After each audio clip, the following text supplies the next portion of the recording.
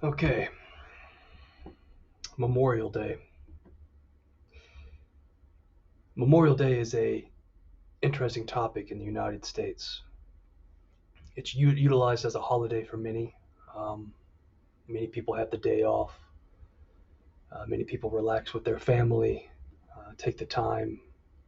Some take the time to truly remember those who came before us, those who sacrificed for all that we have today, allegedly.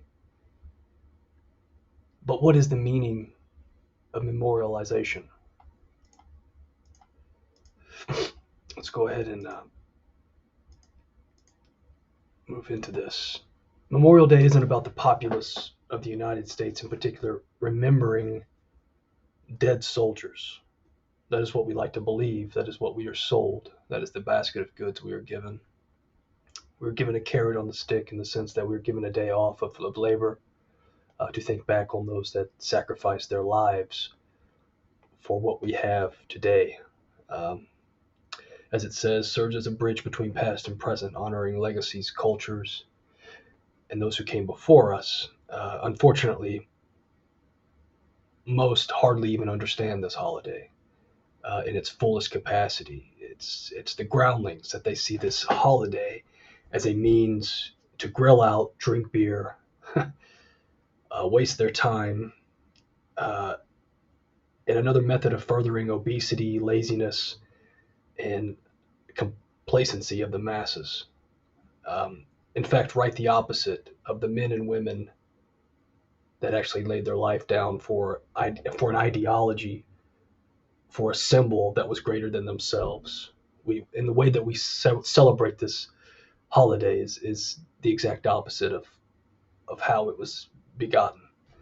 The irony of that is hopefully not lost on you. In actuality, there, in terms of the holiday itself, the soldier is the medium. The point and purpose is nationalism, that is only to be preserved by the soldier's willing ability to sacrifice and die for a cause greater than oneself. So, on the individual level, a soldier is a corporeal symbol of his homeland, its significance, and the combining of his individual will with the will of the nation state to become a measured political tool toward excellence. And I apologize, I'm a little sick today, but this wouldn't stop me from making this. Now ask yourself, is the current state of the United States, and to a greater extent the West, in the milieu of self-sacrifice? And we'll discuss this a little bit later in further detail, but keep that thought experiment in your mind. The big question is the current status of the United States of America either producing or upholding a milieu of excellence, of dignity, of honor, and of sacrifice? On the individual level, remember, excellence is your goal. You are a corporeal symbol. Anyone can be a warrior. Not everyone signs the dotted line to be a soldier. Okay?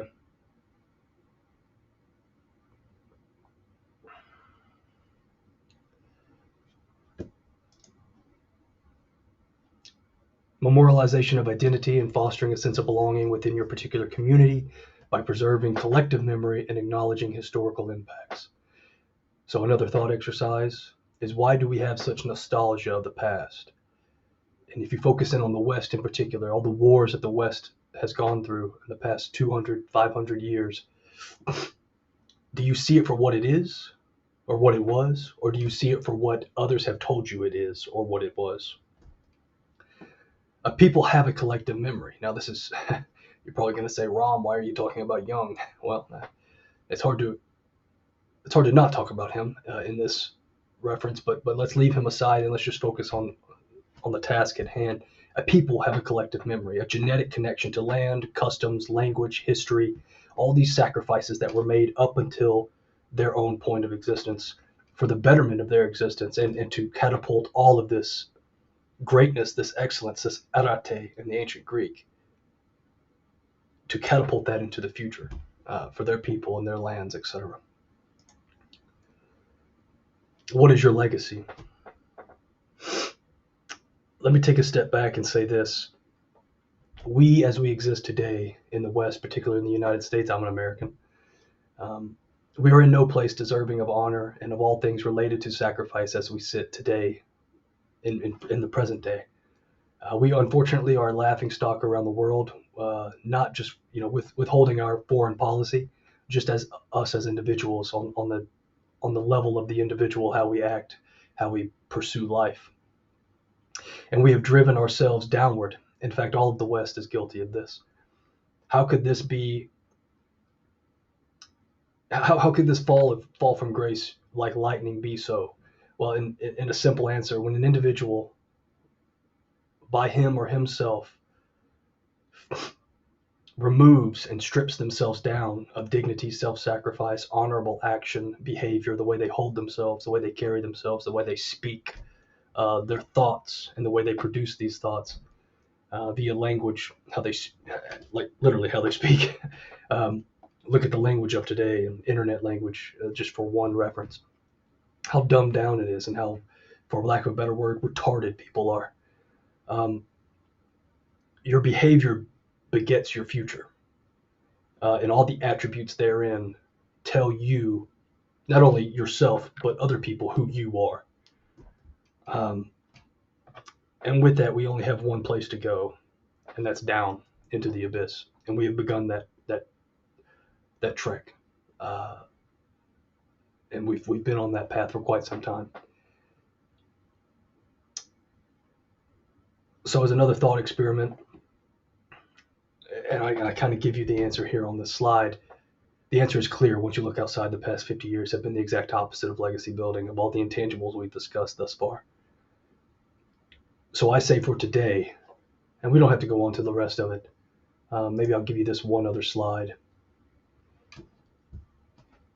Let's memorialize something other than the Borg-like reference to a greater system that has actually sent our greater ancestors to their death unnecessarily to build an empire of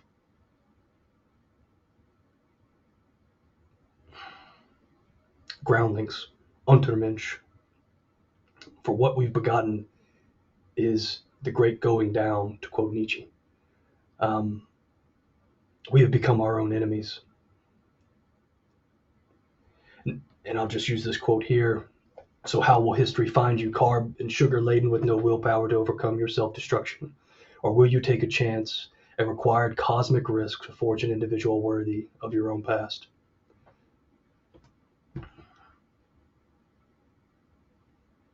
Very important word, arate, meaning excellence in the ancient Greek. Today's average person is obese, ill-educated, incurious, stifled by false narratives, wholly ignorant of the true happenings of the world around them. And in a time where all the information we utilize our holidays of memorization to grill out, get drunk, waste time, and suffer in our own destructive, nonsensical means. And the only question to that is, how will history find you? And the only answer to that is your daily actions, your mindset, how you speak, how you carry yourself, and who you are in your heart.